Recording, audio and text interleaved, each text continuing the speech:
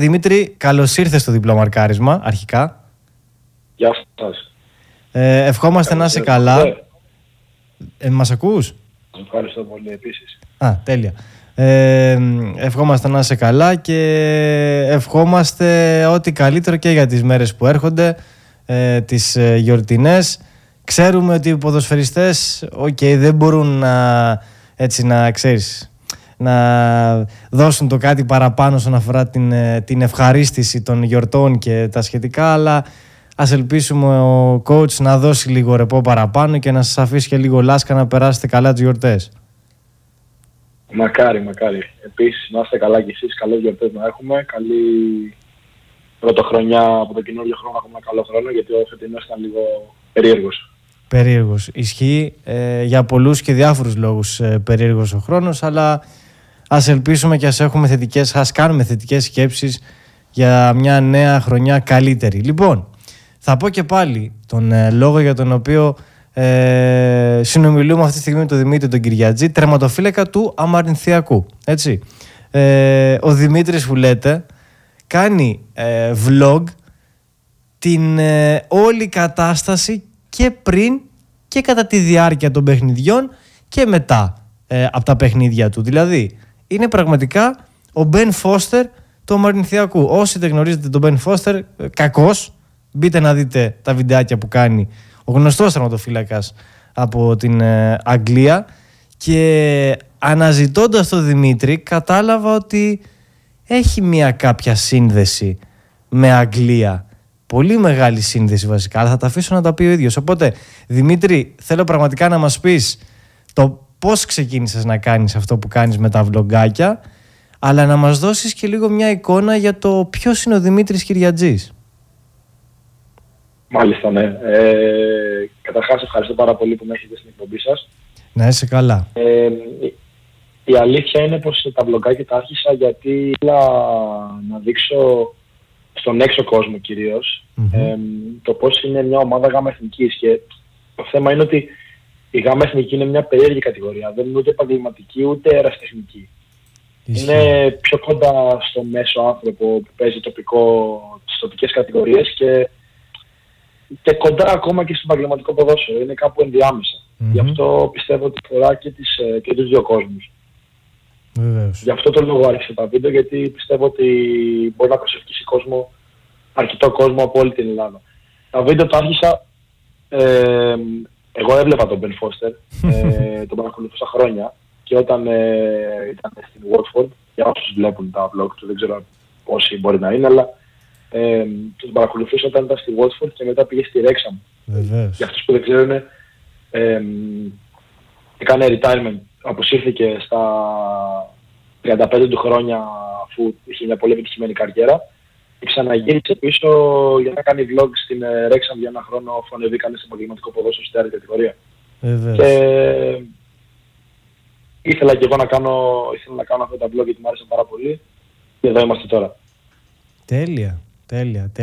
Πραγματικά, και τη σύνδεση με τον Μπεν Φώστερ εγώ την έκανα τυχαία γιατί δεν είχα ψάξει ακριβώς λίγο το πώς έχεις ξεκινήσει εσύ, και προφανώς δεν ήξερα τον λόγο για τον οποίο τα ξεκίνησες όλα αυτά, αλλά τώρα εξηγούνται πολλά.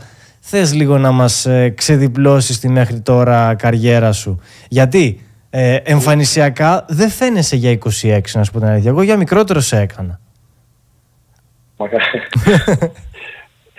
Σε ευχαριστώ. Ναι, εγώ έφυγα πολύ μικρός. Μετακόμισα με τους γονείς μου όταν ήμουν 14 στην Αγγλία.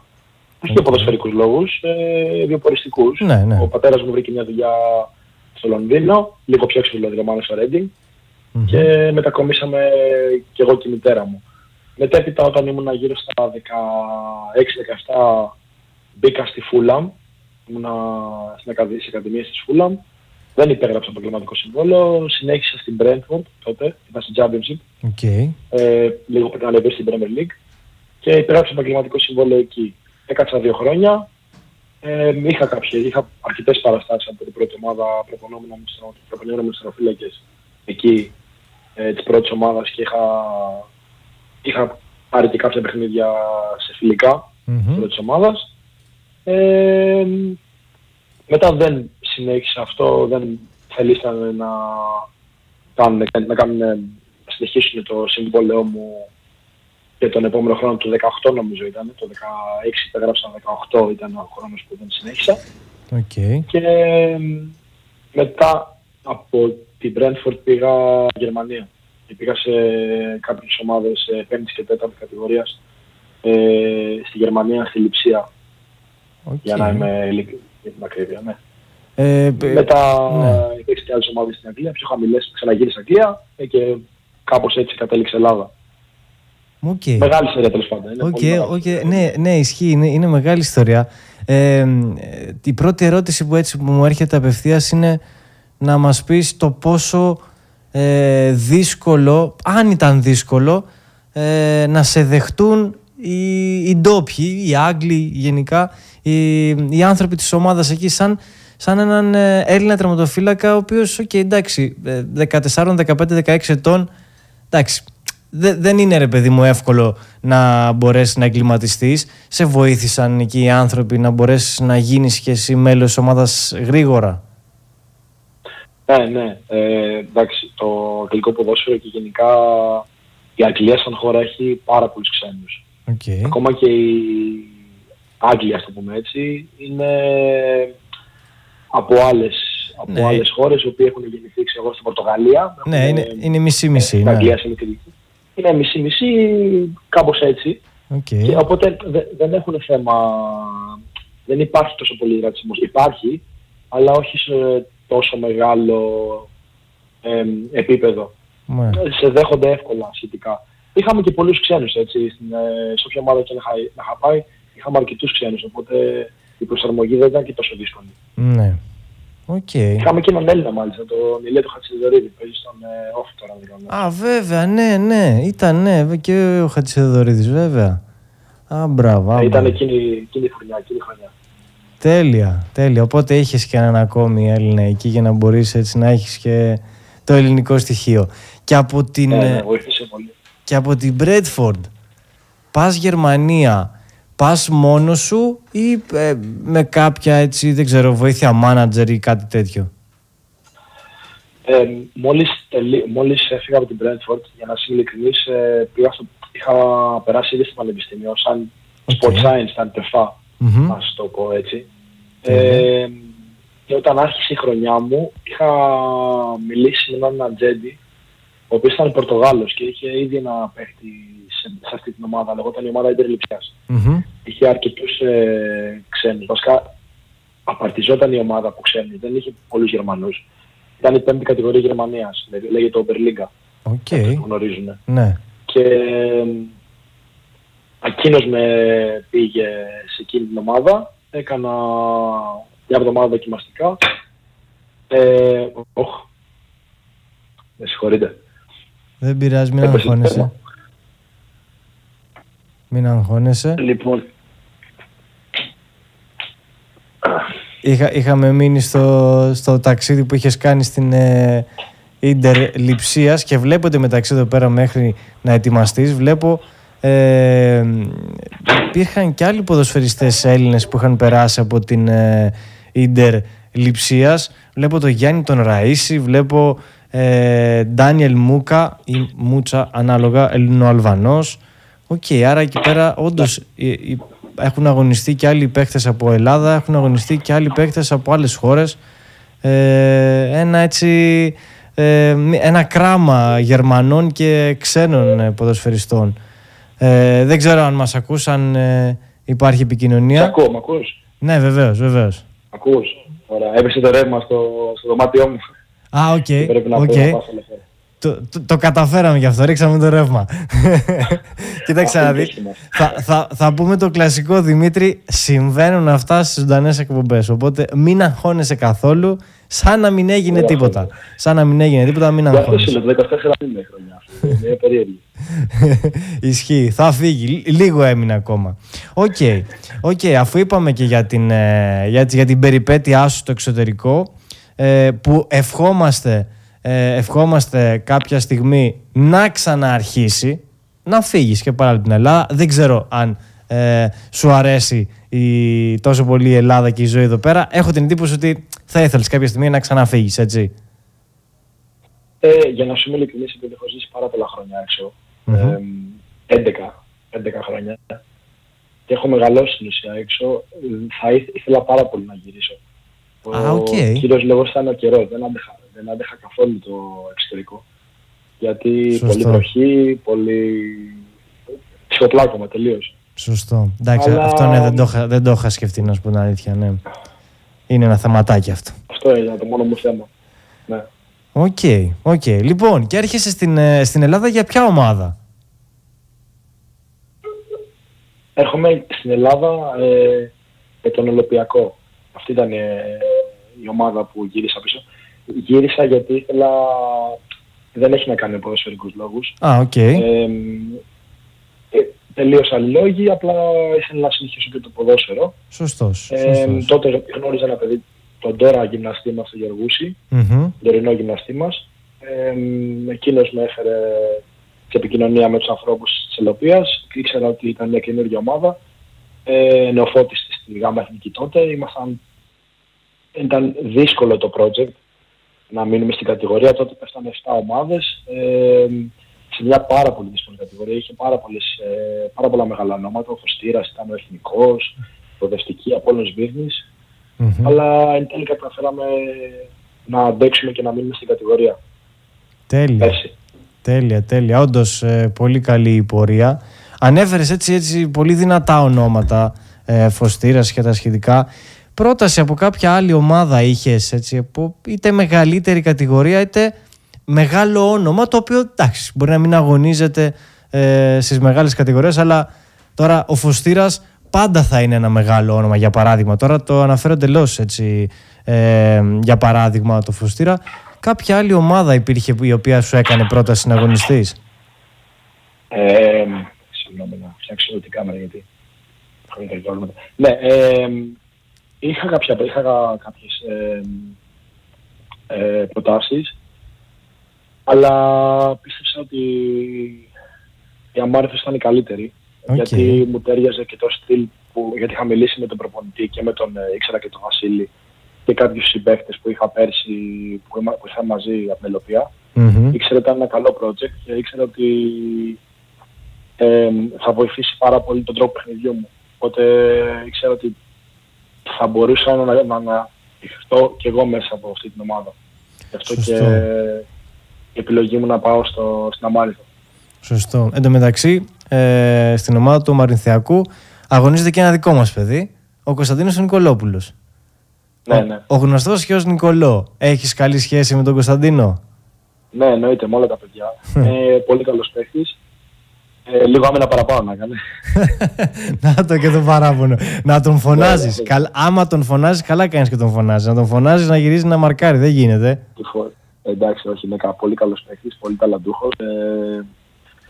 Έχει πάρα πολύ καλή τεχνική. Τεχνική η οποία είναι για πάνω κατηγορίες.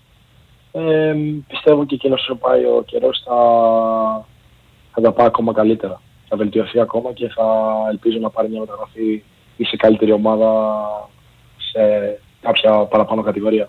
Μακάρι, το ευχόμαστε κι εμείς. Λοιπόν, θα ήθελα τώρα να μου κάνεις και ένα σχόλιο και για την ομάδα γενικά του Αμαρινθιακού, αλλά και για τη ΓΑΜΑ Εθνική. Ένα σχόλιο για το φετινό πρωτάθλημα, τον τρίτο όμιλο, δηλαδή τον δικό μας τον όμιλο. Ναι. Η ομάδα, καταρχάς να πω ότι είμαι πάρα πολύ ευχαριστημένος προς το παρόν με όλους και τη διοίκηση και το τεχνικό επιτελείο. Και τον κύριο Ζουλιώτη το ξέρετε, νομίζω, φαντάζομαι. Βεβαίως, εννοείται. Εδώ ήταν κάπτεν ο Ζουλιώτης. Γι' αυτό το λέω. Τον είχαμε πάρα πολύ καλό παιδί, συγγνώμη σε διακόπτω, πάρα πολύ καλό παιδί πάνω απ' όλα και πολύ καλός ποδοσφαιριστής, βοήθησε πάρα πολύ τη Λαμία. Συνέχισε. Συμφωνώ. Και ναι, αυτό ήθελα να πω ότι είναι ένα πολύ υγιές σωματείο και ελπίζω και θέλω να καταφέρει τους στόχους τους φέτος, γιατί το αξίζουμε και είμαστε μια πάρα πολύ καλή ομάδα. Είμαστε λίγο άτυχοι στο σκοράρισμα, αλλά θα το βρούμε. Ισχύει. Τώρα, όσο έχει να κάνει με τον όμιλο, ένας δύσκολος όμιλος από θέμα ότι είναι δύσκολο να σκοράρεις. Δεν είναι εύκολο να βρεις τον γκολ. Δεν έχω μεγάλη εμπειρία από το ελληνικό πρωτάθλημα, γενικά από τις ελληνικές κατηγορίες, γιατί φέτος είναι η δεύτερη χρονιά που παίζω στην Ελλάδα. Αλλά είναι δύσκολο να βρεις δίχτυα φέτος. Πέρσι οι ομάδες παίζανε λίγο πιο κάτω την μπάλα, λιγότερα διοξήματα, ήταν πιο τεχνικές από ό,τι είναι φέτος. Φέτος είναι πιο πολύ κοιτάνε να κρατήσουν το 0 και να παίξουν λίγο πιο άγριο ποδόσφαιρο. Αυτό δεν είναι κακό, είναι ο τρόπος που παίζουν. Σωστό, ναι. Σωστό. Η γάμα εθνική τώρα μου φαίνεται είναι αυτό που σας είπα, μια ιδιαίτερη κατηγορία, με τα καλά και τα κακά της. Έχω συνηθίσει σε έναν τρόπο, σε ένα στυλ του εξωτερικού που όλα τα γήπεδα είναι λίγο καλύτερα επιτηρημένα, λίγο πιο πολύ οπαδοί. Είναι διαφορετικό. Έχουμε αρκετές διαφορές, δεν το συζητώ. Ναι.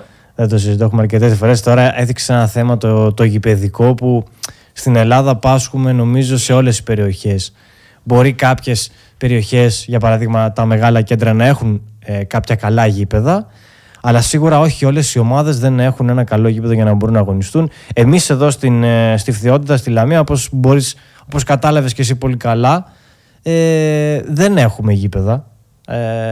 Και είναι ένα πρόβλημα το οποίο δεν είναι ότι μας βασανίζει τώρα τον τελευταίο χρόνο, μας βασανίζει αρκετά χρόνια και δεν βλέπω και πώς θα λυθεί. Αλλά Δημήτρη, όσο ζούμε ελπίζουμε να μπορέσουμε να αποκτήσουμε κι εμείς λίγο από την έγκλη της Αγγλίας. Και δεν ζητάμε και κάτι υπερβολικό εντωμεταξύ. Ζητάμε να έχουμε καλά γήπεδα, να παίζουν οι ομάδες μας και να μην κινδυνεύετε εσείς πάνω απ' όλα, αλλά να το ευχαριστιόμαστε κι εμείς σαν φίλαθλοι. Θα ήθελα να σε ρωτήσω επίσης, γιατί το ξέχασα, θέλω να την κάνω την ερώτηση προηγουμένως, όταν ήμασταν ακόμα Αγγλία. Σε αγώνα της Sunday League έχεις παίξει? Έχω παίξει πιο μικρός, ναι. Πόρε φίλε, σε ζηλεύω πραγματικά πάρα πολύ, να ξέρεις. Με την Γαλλία είναι να σε ζηλεύω. Έχω παίξει από τα καλύτερα γήπεδα μέχρι τα χειρότερα μπορεί να φανταστείς. Έχω παίξει σε γήπεδο που πραγματικά δεν υπήρχε ίχνος χορταγή, ήταν μόνο λάσπη. Ωραία, βράδυ. Sunday League. Ναι, αυτό που φαντάζεσαι σε αρχικό στάδιο. Όταν ήμουν 14-15 μόλις είχα πάει. Πραγματικά έπαιζε μόνο λάσπη, αλλά δεν τζουλούσε. Αυτά είναι. Αλλά είπες κιόλας ότι έχεις παίξει και σε καλό γήπεδο, έτσι, στη Sunday League. Όχι στη Sunday League, όταν ήμουν στην Brentford. Οκ, και εγώ το κατάλαβα. Καλό επίπεδο γήπεδα, πολύ καλό. Σε στάδια. Ναι, καμία σχέση. Προφανώς. Αυτό ήθελα να σου πω, ότι η αντίθεση είναι μεγάλη. Ναι, εντάξει, ναι, ισχύει, αλλά ξέρεις, είναι και αυτό που λες, νομίζω εγώ όπως το βλέπω και πώς σε βλέπω, το ότι έχεις παίξει Sunday League για μένα είναι παράσιμο. Είναι παράσιμο ξεκάθαρα. Είναι σαν να λέει. Είναι άλλο σπορ, να ξέρεις. Ναι, μα αυτό είναι ότι. Έχει περάσει από Sunday League αυτό. Τι να του πεις τώρα, ξέρω εγώ. Μίλα μου για δυσκολίες, ξέρω εγώ. Όχι, πραγματικά. Έχουμε και εμείς εδώ το β' τοπικό το δικό μας για παράδειγμα, αλλά εντάξει, Εκεί οι Άγγλοι το ζουν σίγουρα 1000 φορές παραπάνω από εμάς, αλλά είναι και, ξέρεις, η φήμη και η ιστορία που ακολουθεί τη Sunday League που την κάνει λίγο πιο ρομαντική, νομίζω. Ναι, είναι, δηλαδή στο Sunday League είναι πραγματικά ο μπαμπάς μου με τον θείο μου και τον ξάδερφό μου είναι σε μια ομάδα, έχουν πάει την προηγούμενη μέρα να πιούν μπύρες όλοι μαζί, καταλήξανε να βγουν 6 το βράδυ και 6 ώρα ξύπνησαν κατευθείαν για να πάνε για μπάλα. Αυτό ακριβώς είναι, να ξέρεις. Τέλεια. Ό,τι καλύτερο.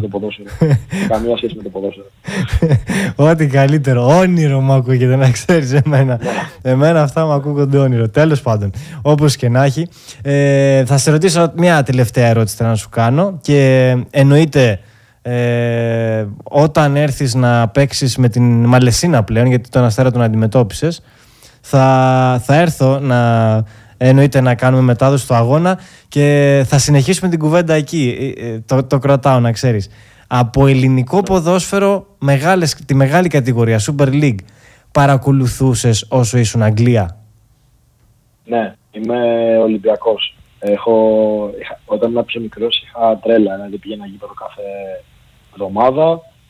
Όχι ότι τόσο φανατικός ώστε να ξέρει να τρελαίνομαι άμα χάσει ο Ολυμπιακός. πιο μικρός ήμουνα, τώρα λίγο λιγότερο. Καθόλου βασικά τώρα. Εντάξει, οκ. Αλλά και έχω ακολουθήσει και τον Ολυμπιακό σε όλα τα εκτός έδρας στην Αγγλία. Και Arsenal και στο Old Trafford με το United που είχαμε χάσει 3-0 από τον Van Persie και το 3 γκολ.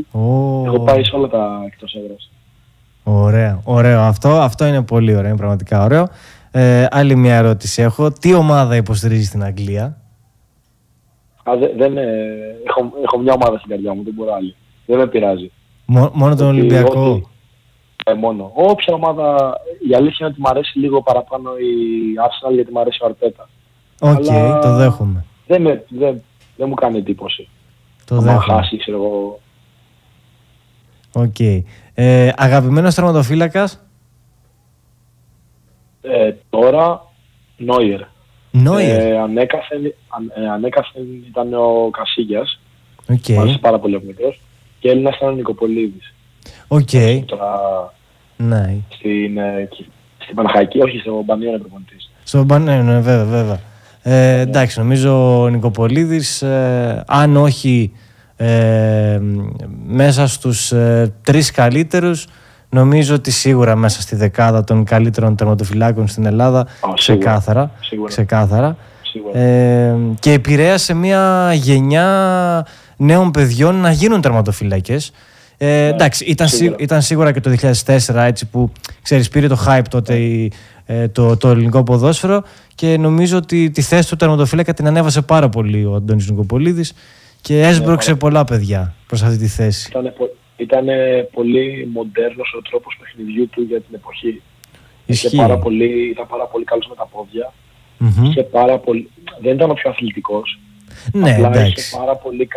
είχε πάρα πολύ καλό positioning. Τη θέση του. Τη θέση, ναι. Ναι, ήταν πάρα πολύ καλή. Δηλαδή από το που έπαιρνε τα shoot, είχε πολύ γρήγορα πόδια. Το footwork αυτό πως κινόταν στο τέρμα. Γι' αυτό και είχε αυτή την επιτυχία. Οκ, τέλεια. Λοιπόν, Δημήτρη, η κουβέντα μας έφτασε στο τέλος της. Κρατάω ότι θα βρεθούμε στο εκτός για εσένα παιχνίδι, εκτός έδρας παιχνίδι για εσένα με τη Μαλαισίνα, εντός για εμάς. Σε ευχαριστώ πάρα πολύ που ήσουν στην παρέα μας σήμερα. Εύχομαι πραγματικά ότι καλύτερο μέσα από την καρδιά μου και σε προσωπικό και σε αγωνιστικό επίπεδο. Να είσαι καλά, σας ευχαριστώ πάρα πολύ που με είχατε και εύχομαι ότι καλύτερο για την εκπομπή και για εσάς.